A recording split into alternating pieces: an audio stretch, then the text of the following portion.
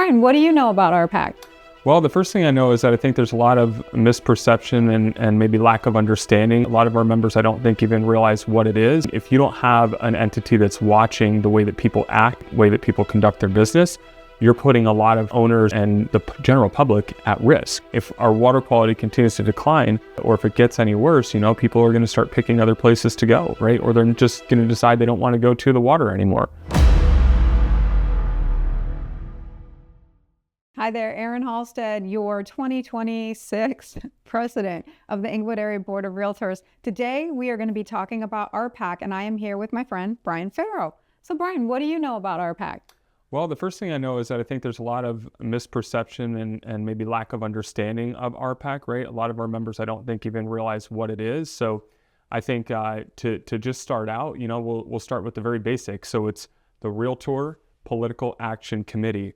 And basically what that is there's this political action group that has employees and staff that we collectively contribute funds to employ so that they can be out advocating for us, not only for our profession, but for private property owners' rights in Florida, and even beyond that, right? Because every state has one of these, and then you have a national level as well.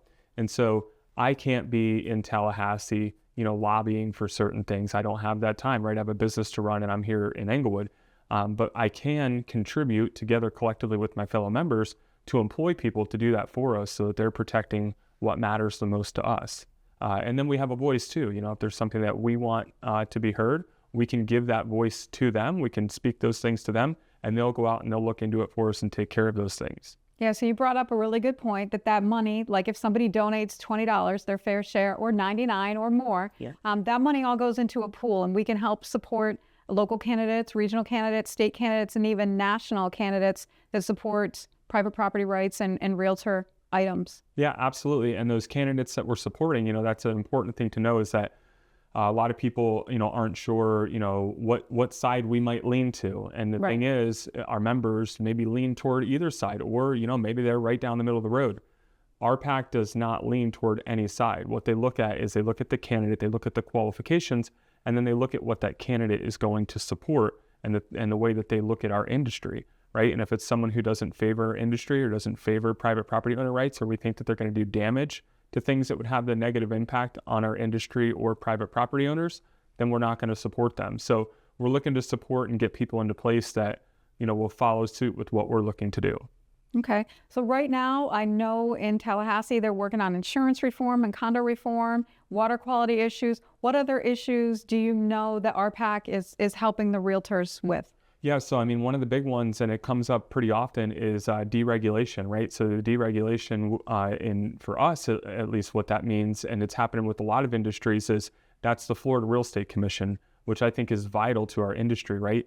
If you don't have an entity that's watching the way that people act and the way that people conduct their business, you're putting a lot of owners and the general public at risk, right?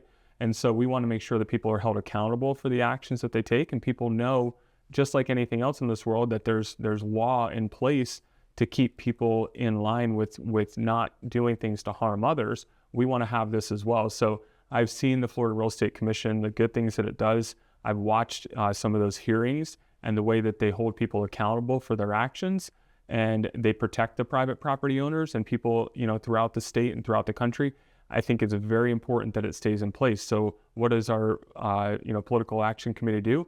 They make sure that when those bills go to pass through, if it's looking to deregulate and get rid of FREC, Florida Real Estate Commission, that they're going to try to do what they can to put a stop to that or get that removed from that bill. If they want to deregulate another industry and that industry is okay with it, by all means, that's fine, but our industry, we want to make sure that it's very well protected. We know that, the license, when you get that, anyone can go out and potentially get it. And when the wrong person gets it or someone does something to cause harm, we want to make sure that they're held accountable. Yeah, it's shocking to me that any legislator would think that was a good idea to do away with that. I know that the premise behind doing it, they wanted to reduce the barrier to entry for licensure. And, we have to have minimum standards. We absolutely do, yeah. And we have to, and here's the thing too, we pay fees to get our license. We pay fees to renew our license. And those fees are the funds that are going in to help fund us having a commission that's there to protect and to keep an eye on us. And so I think that we need that. And there's a lot of consumers out there who have been wronged that were able to lean on the Florida Real Estate Commission to hold someone accountable. And they didn't have to go hire an attorney, and they didn't have to go down this long legal battle. They got to turn that case over to a commission that was able to look at it and decide if they need to hold someone accountable or not. Right. So what else do you see that they're working on this year? So I think some of the really big things, the insurance reform is still huge, right? There's been some huge forward momentum with that. I think for the vast majority of people, they've seen a big reduction in their insurance rates this year. And I think we'll continue to see that as more insurance companies come back into Florida, as we continue to do other things like the My Safe Florida Home product, right? So that program and the condo one are helping make homes and condos more they're strengthening them, right? So that they're a little more resilient. So when that happens and more of the homes are stronger and can withstand storms and have less damage, then of course insurance companies have less risk. When there's less risk, they can bring those premiums down. And so they continue to lobby for things that are going to have a positive impact on that.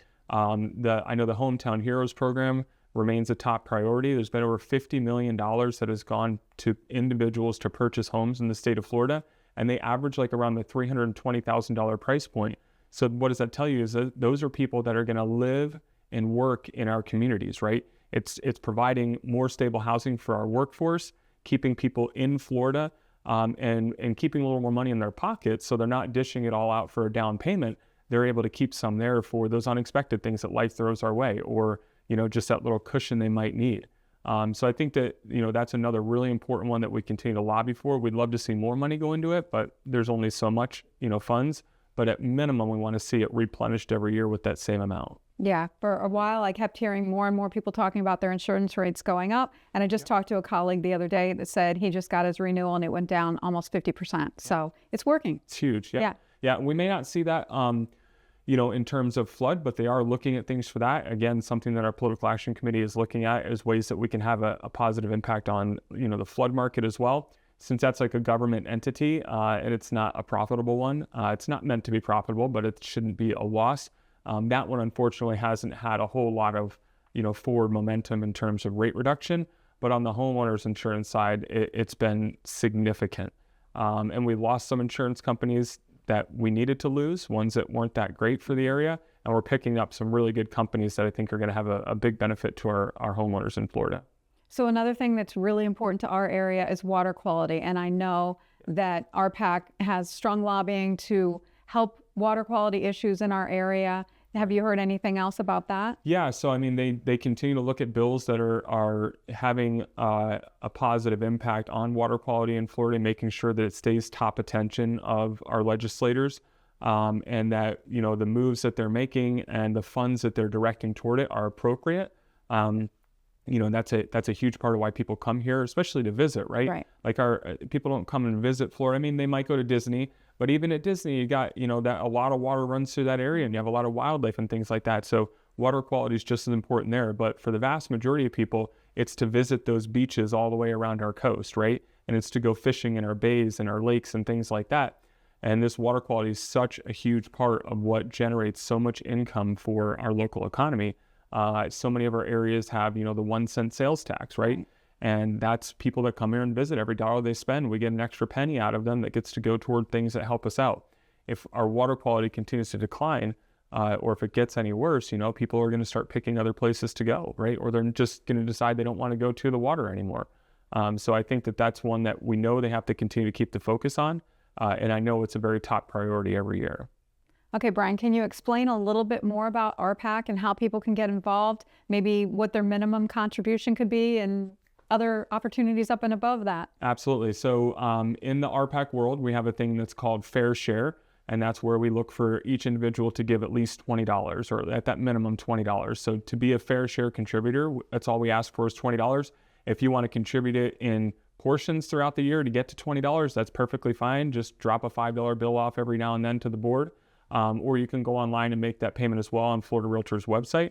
But there's additional above and beyond that. We have a $99 club, we have a $250 club, and you can continue to go up from there. For myself, I've been doing for years now the $1,000 major investor. I think that that's huge because it's showing my commitment above and beyond.